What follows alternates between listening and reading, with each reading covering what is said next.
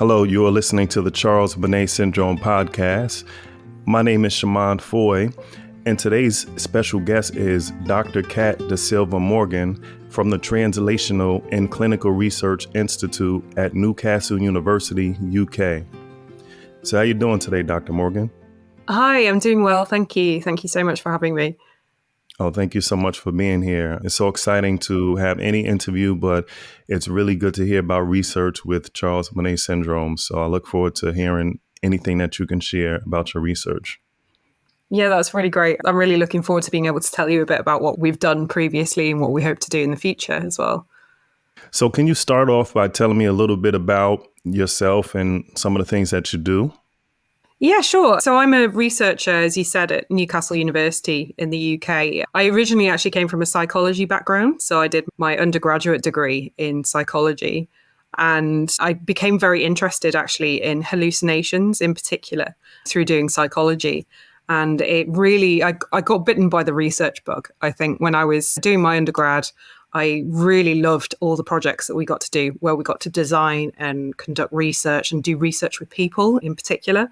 So I was really excited to be able to continue that. So I ended up going and doing a master's actually in neuroscience, because I knew that the thing that I was super interested in learning about was how the brain was actually working and why certain things went wrong in certain situations and how we could potentially fix that. So I went down the master's route and I ended up getting into a parallel area of research to hallucinations, all the while kind of side-eyeing the fact that I wanted to be able to actually get more into this hallucination research. And actually, as it happens, when I was doing my master's, I ended up getting an opportunity to move on to a PhD after the end of my master's, which was specifically looking at Charles Bonnet and with a researcher who he's one of the forefront of CBS research in the world, to be honest, but certainly in the UK, Dr. Dominic Fitch. So I was very lucky to work with him during my PhD. And I think from there, my interest in Charles Bonnet really blossomed, and I became very passionate about trying to understand the condition a little bit more and try and help people with the condition, and also trying to be a bit of an advocate for people as well, because there is a lot of misunderstanding about what it is from a lot of places. A lot of people haven't heard of Charles Bonnet syndrome, for example. And in particular, a lot of people in medical settings also haven't heard of it, which is shocking, really. And there is so little research onto it. So I really wanted to be able to try and change that in whatever way I could. So that gives you a bit of background as how I ended up in the Charles Bonnet research world. You actually do research on Lewy body dementia and some other conditions. So what made you decide to focus on Charles Bonnet? Yes, that is one of the really interesting things, actually, because you're right. There are a lot of conditions out there who experience visual hallucinations, a lot of them that have a lot greater profile and get a lot more research opportunities as a result. So things like Lewy body dementia, and also conditions, for example, like psychosis and schizophrenia, which people can experience hallucinations with that. And I think people are more aware of those conditions, perhaps, than Charles Bonnet. And it's one of the reasons actually why I was so interested in Charles Bonnet from the beginning was the fact that it's almost like the prototype of a visual hallucination, if you want to call it that. You've got these visual hallucinations that are occurring without any of the additional factors that you might get in, say, dementia or psychiatric illness. People are generally completely healthy, except for the fact that their eyes have obviously degraded due to eye disease or through injury or some other factor. So it's just the eyes that are the air quotes issue. And yet these hallucinations are still occurring. Whereas obviously when you've got dementia, there's all sorts of other contributing factors. People have cognitive issues. They lose their insight into whether things are real or not.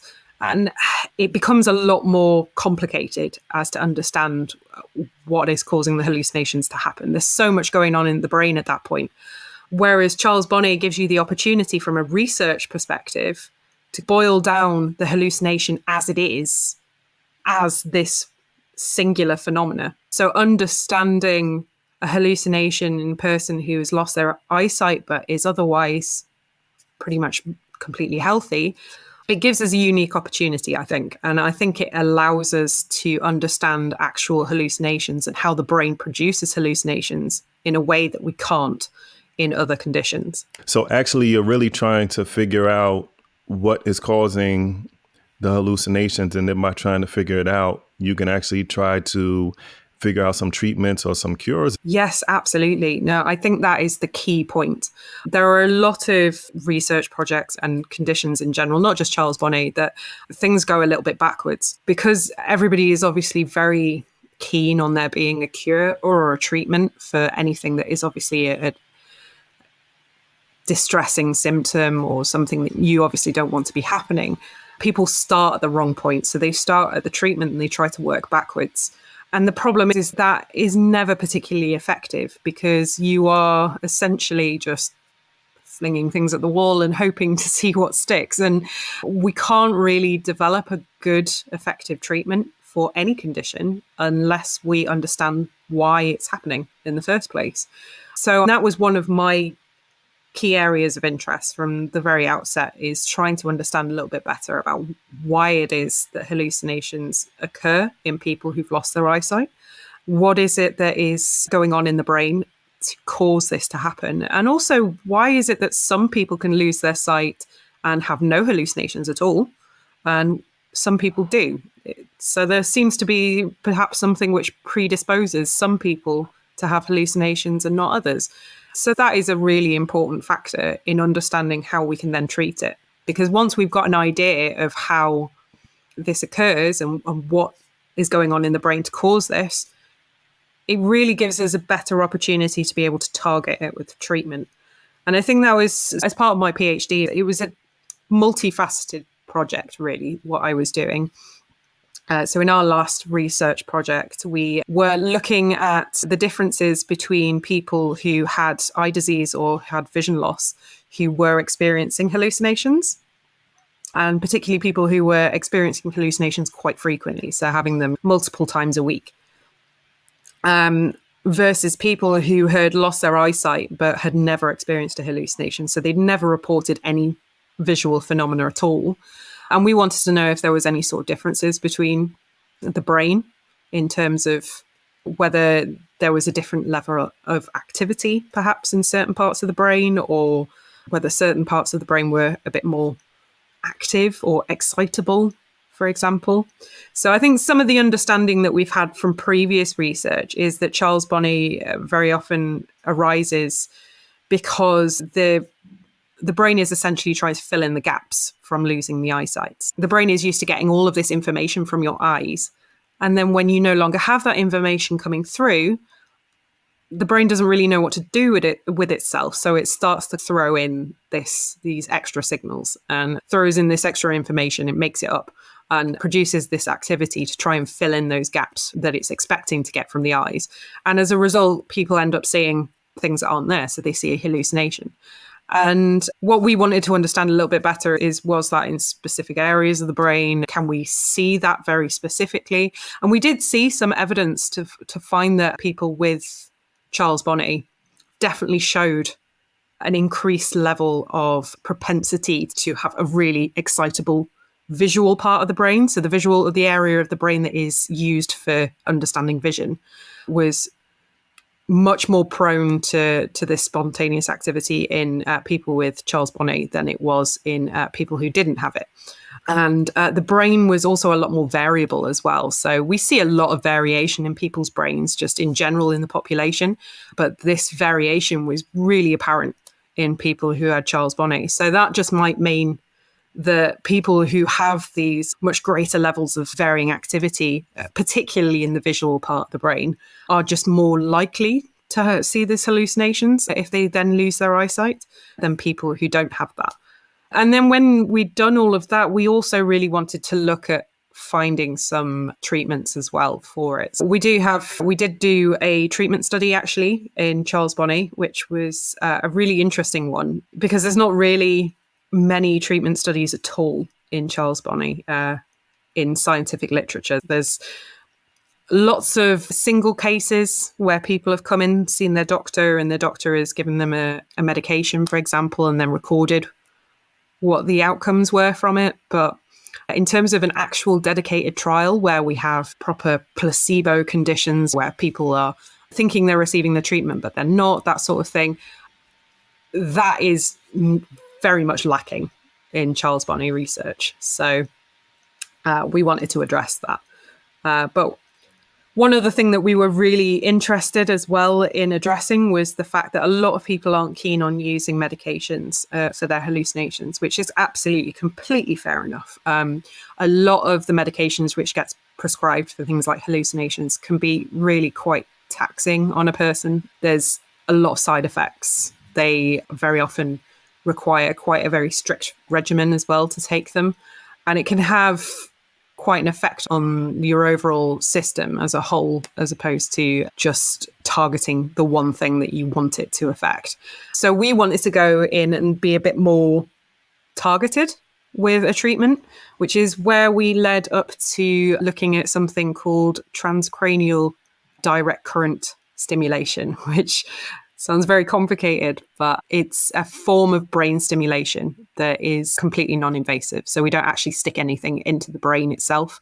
It's all done from the outside, so outside the head.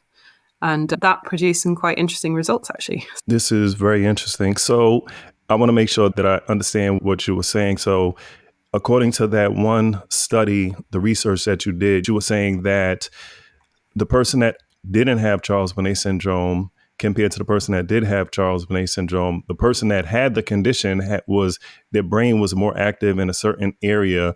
Is that correct? Yes, yeah. So it was definitely that there was more likelihood of there being a lot more activity in certain areas. And the pattern of activity that people showed on things like brain scans was slightly different. We would see a certain kind of regulated activity in people who didn't have the hallucinations, and it was different in people who did, if that makes sense. Wow. Okay. So there's a lot of things that are going through my head, but I want to talk about the transcranial direct current stimulation. Is it the same thing as transcranial magnetic stimulation? So it's a similar thing. So it's similar in the sense that they are both non-invasive. So they're both done from outside of the brain. The main difference is that one of them uses a magnet to produce the stimulation, whereas TDCS, the one we used, uses an electrical current instead. So that's the main difference. But it's a similar action that it uses. So can you talk a little bit about the results of this treatment? Yes, so we use this TDCS, and one of the main ways that this works is it by either increasing the amount of activity or the likelihood of activity occurring in certain areas of the brain, or reducing it. So there's two modes of operation that this stimulation can have. And we obviously really wanted to use the mode of action that was to decrease that activity. So we wanted to target the areas of the brain that we had found showed that different sort of activity. So those visual parts of the brain, we wanted to target that with this stimulation to see if we could reduce the amount of sudden spontaneous activity that was occurring. So we did this actually we got 16 lovely volunteers came and helped us out with this project, and they all came and they allowed me to give them stimulation over the back of their head, which is where the visual part of the brain is, for 4 consecutive days. So we stimulated them. So I went out to their house. We sat, we'd have a cuppa and a chat, which is a very British thing to say. And I would give them this stimulation, and it would last about 20 minutes each day, this stimulation. And then I'd go away and I'd come back the next day, and we do this over 4 days. And then at the end of the 4 days, I'd ask the person to tell me about the hallucinations, how they'd found them that week, if there'd been any changes or anything like that. And we did this across 2 different weeks. So there was basically what we were trying to do was one of the weeks would have been the real stimulation. So we gave everybody in the study got the real stimulation at least once. So we give 1 week of real stimulation and then 1 week of a pretend stimulation. So it was like a placebo.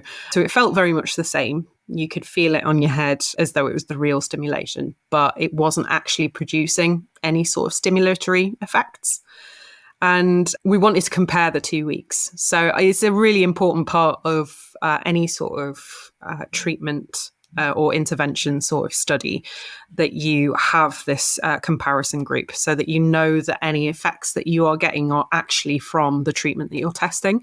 So we wanted to see whether there was any different effects from the week where the stimulation was real versus the week where it was a placebo, where it was pretend. And we did actually find that people reported that certain aspects of their hallucinations did actually reduce following the real stimulation. So in particular, the one that we found that was the most kind of significant was that people were reporting that the number of hallucinations that they were having and how often they were having them had reduced. So after the real stimulation, it seemed like the hallucinations weren't quite as common. They weren't as frequent as they were beforehand. And that was in comparison to when we were giving these same people the pretend stimulation. So nobody knew, obviously, which stimulation they were getting at what time. I didn't know. The people who took part, they didn't know either.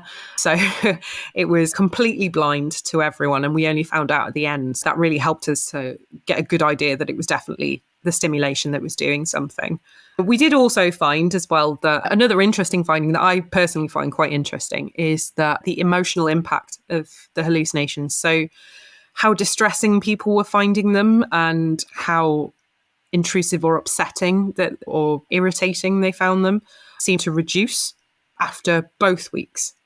So obviously we know that this wasn't specifically something due to the stimulation, but I personally believe that I think the fact that obviously there was someone from the research team, usually me, going out every day for basically the best part of a week and really talking to people about their hallucinations and finding out how they felt about them and being able to give them some sort of reassurance as well to the fact that you're not crazy, there's nothing, this isn't a symptom of any sort of mental illness. You aren't losing your mind. There is no dementia or anything. This is just a product of you losing your eyesight. And I think that maybe really helped a lot of people with, in particularly things like the distress that they felt towards the hallucinations. So I think from a personal standpoint, that is something that I really want to be able to investigate a little bit further as well. Obviously, it's really positive that we got this really interesting effect from the stimulation in terms of how it affected the frequency of the hallucinations. And that's absolutely something as well that we want to investigate further with more research as well. But yes, I think the effect on the emotional impact was also something that was very interesting to me as well. You actually took the words out of my mouth because I was thinking most people that have a visual impairment, especially if they're up in age and especially if they live alone, they can feel isolated and they may not get out because it's not easy not being able to see well. But if you have someone that you trust that's coming to your house every day and you're talking and it just makes you feel better. So even aside from this study, just if there was a way that people could have more visitors, if they're comfortable with that, or talk more about it. I was even thinking, because we have weekly and biweekly support groups for CBS, but what if there was like a daily support group or something that was maybe 20 or 15 minutes, like a check-in or something, that things like that could really make a difference?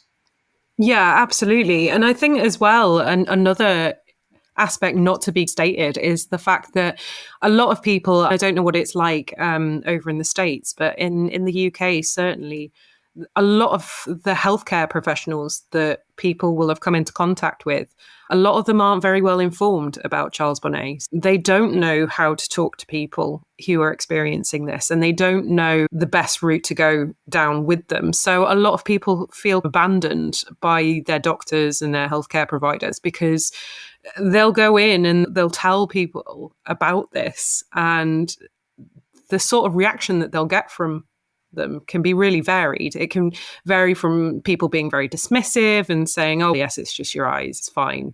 Which, I mean, I know people think that's maybe reassuring, but it's also, it's not that helpful to just be dismissed in that way. Whereas other people might actually be presented with then suddenly being referred to neurologists or to psychiatrists, because as you say, especially if people are advanced in age, then the first thought is immediately dementia, which is understandable, but also can be extremely scary for anyone that is going through that. So I think that one of the big aspects as well was being able to talk to somebody who was in a medical setting, in a medical background, even if it is just a medical researcher who is informed about it, who was able to give them that reassurance. And I think that is also just a really key thing that needs to be addressed, certainly in the UK, is being able to train up healthcare and medical staff, and so that people feel supported by them as well when they go to them with these symptoms. Now, I never heard of the TDCS. How widely available is that? Is it experimental or is it available for people to use without a study? Yeah, so currently it is experimental. One of the good things about TDCS is that it doesn't come with any particularly serious or severe side effects or anything. Some people will sometimes say that they can feel like a tingling from the stimulation, but we obviously do it in a very controlled environment. I couldn't speak to what people would experience if they didn't do it in that controlled setting. It is something that we are certainly looking at in the UK to be trialed in certain situations, to be used, what we call off-label. So being able to use it on compassionate grounds if a person is having serious kind of issues with the hallucinations. And I know that it's been used in other conditions as well for a similar thing. I think in some pain management studies as well have given, I suppose, a basis for it being used on compassionate grounds. But in terms of how widely available it is, certainly not over here in the UK. It's mostly just a research tool at the moment. But we hope to change that with more research. Your study actually concluded that it had some positive benefits for people. So what's the process of getting something like that available more once you find out that it works for people? Yes. The next step is that we need to be able to do like a much bigger trial. So it's ironic, really, because the study that we did was actually one of the biggest trials that has ever been done in Charles Bonnet, and we only had 16 people. That gives you a bit of an insight into how lacking the research is in this area, is that 16 people is considered a big sample in this field. But yes, for us to be able to get it more widespread use as an actual treatment tool, we need to be able to do more research. So we need to do bigger studies with a larger group of people, potentially across several different areas as well. So all the people, for example, that took part in our study, they were all from the northeast of England, all from a very similar demographic background. Now, that is an issue which we obviously find with a lot of research, just in general, that people do tend to be from very similar demographics. But it does mean that we need to be cautious whenever we try to translate any findings. We need to make sure that we are actually representative of the actual population before we make any sort of sweeping statements. So. I also did a little bit of research, and I saw that you had a thesis that you did, and it was called Understanding Charles Bonnet Syndrome, Mechanisms and Intervention. Can you talk a little bit about that thesis? Yes, so that's actually the project that we did actually formed the major part of my thesis. Like I say, it was made up of, I suppose, 3 parts was my thesis. So there was the treatment study that we did with TDCS, but then also this study that we did with comparing people with hallucinations versus those without. So we're currently still we're just writing up a paper on the findings from that study, actually, that we are looking to get published hopefully very soon. So watch this space, as it were, on that. But another actually interesting aspect that we did as part of my thesis was we looked at a group of people that are even more unrepresented in the sphere of Charles Bonnet than just Charles Bonnet itself. So it was a very special group of people that they experience visual hallucinations pretty much from the minute they wake up until the minute they go to sleep. So this is not something that is hugely common with Charles Bonnet, but we do see it in some people where they have these hallucinations continuously. And we actually, part of the reason why we wanted to look at this group in particular was that actually it provided us with an opportunity that you wouldn't be able to get anywhere else, which was we were able to test the stimulation with these people, and they were able to report to us in real time how the stimulation was affecting their hallucinations, which provided us with some really vital information before we started that treatment trial. So it gave us a really good idea of which areas of the brain were the best areas to stimulate, for example. So we realized that a specific part of the back of the head was probably the sweet spot, as it were, to stimulate that area, because that seemed to have the most effect on people's hallucinations. And one of the things that we found quite interesting from that was that people were reporting that while they were having the stimulation, their hallucinations were changing as we were doing it. And for some people, it was a case of the hallucinations were actually getting smaller. And because not everybody with Charles Bonnet has lost all of their eyesight, quite a lot of people with Charles Bonnet, they obviously have still some remaining eyesight. And some of these people, they had eyesight still in, for example, the periphery, so in the corners of their vision. But a lot of the time, the hallucinations were either covering this or they were distracting them, so they couldn't really use that vision very well. And we found that for 4 out of the 6 people that we did the stimulation on, so again, not a huge sample, but this is obviously a very niche sample of people, the hallucinations changed to a point where they got smaller or easier to look through.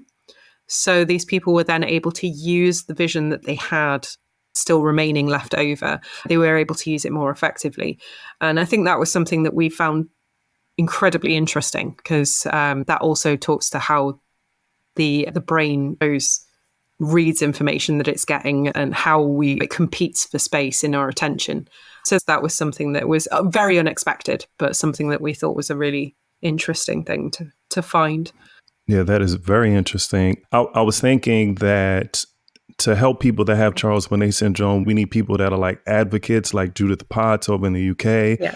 We need people that actually have that actually run support groups like Jonathan Ward with Pocklington Trust and Dr. Gary Cusick here in the US. But we also need researchers. So if there's someone that's listening to this podcast and they may be young or older, because it's never too late to go back to school and become a researcher or a doctor or a PhD, what would you tell them? Or maybe a second part to this question, really, this is what I was thinking. What is a day in the life of a researcher? Just in case there's somebody saying, hey, I want to make a change. I want to do something about this.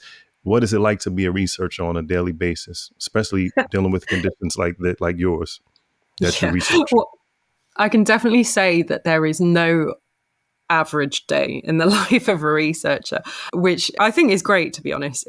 Every day is different. One day you'll be sat in front of a book or a computer screen, absolutely engrossed into literature or reading other people's work. And then the next day you're out and about and you are meeting people and you're trying out new experiments. And you have to have, I think, one of my biggest pieces of advice is that tips is that you have to have a very deep well of patience, I think, to be a researcher.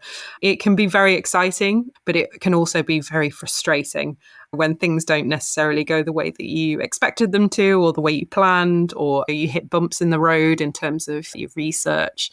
So I think you need to be able to roll with those punches a little bit and not be deterred by it.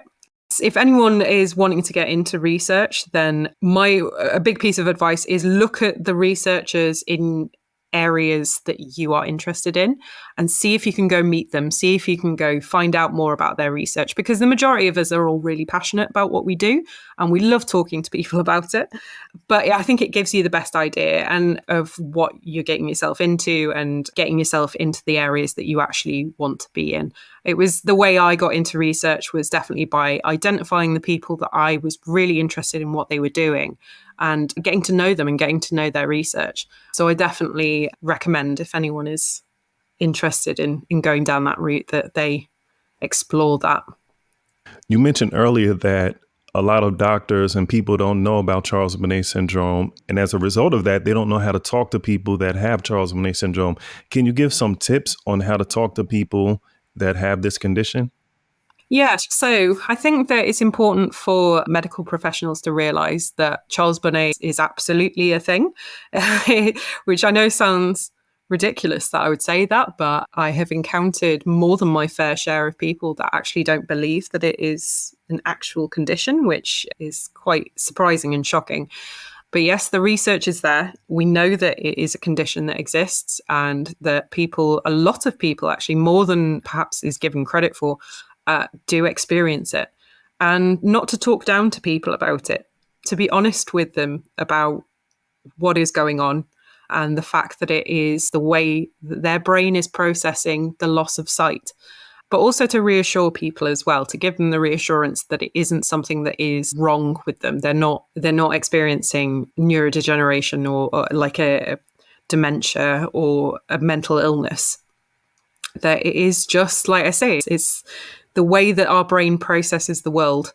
And when the brain no longer has that information that it needs, the brain will try and find its own way to process what it thinks should be there. And that is how Charles Bonnet very often arises. And it's amazing because Charles Bonnet is just like so many other conditions where there's some generalities and there's some best practices on how to address it and how to communicate about it. But each person is individual and they're different. So one person may want you to talk to them in this way or address it in this way, and somebody else may want you to address it in the other way. And I think that's when you can really start to get better at being able to help people with this condition. And that can be transferred to other areas of life too, because no two people are exactly the same. Yeah, absolutely. So can you talk a little bit about, I know you're doing other research too for Lewy body dementia and things like that. I don't know if that overlaps. I think some of that may overlap because with Lewy body dementia, you actually can experience hallucinations too. But Can you talk a little bit about any other research that you're either doing or you're exposed to, things that are exciting you now? Yeah, so currently I am actually working on another project, which is in Lewy body dementia, but it is actually to do with visual hallucinations. Again, we're trying to understand how these hallucinations arise in people, this time with Lewy body dementia, and how the different areas of the brain communicate.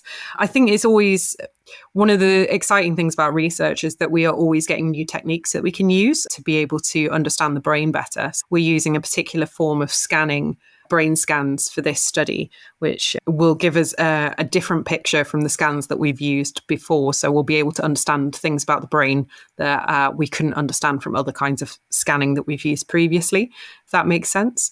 And it's something actually I've always, I suppose, because how I got into research was very much through the Charles Bonnet route, I've always got it in the back of my mind. So even when I'm doing the Lewy body research, I'm thinking about, how could we potentially look at similar things in people with Charles Bonnet? And I wonder how this would be different in a person with Charles Bonnet than it is in a person with dementia, for example.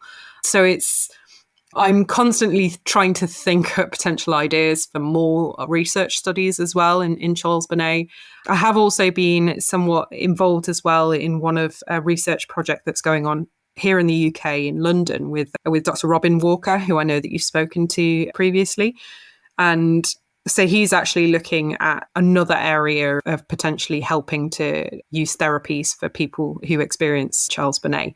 So I've helped out a little bit with that project as well. So it's been nice to be able to see where the research is currently going with that, even though I'm not specifically doing it myself at the moment. I was thinking, as you mentioned therapy, there may be a more holistic approach because sometimes people are in silos. Like one person may just be a medical researcher and one other person may focus on therapeutic techniques or talking therapy. And I was thinking, like some things you actually have to have a holistic approach. You may have to speak to a therapist once a week and then take this pill or get some acupuncture or something like, and I was just wondering if that could be something that could help people with Charles Bonnet, not just attack it from multiple angles. Yeah, for sure. And I think that goes back to the thing that I was saying before that we found during the treatment research study that we did, with the fact that although the stimulation seemed to be the thing that was affecting the frequency of the hallucinations, the emotional impact of them didn't seem to be dependent on the stimulation.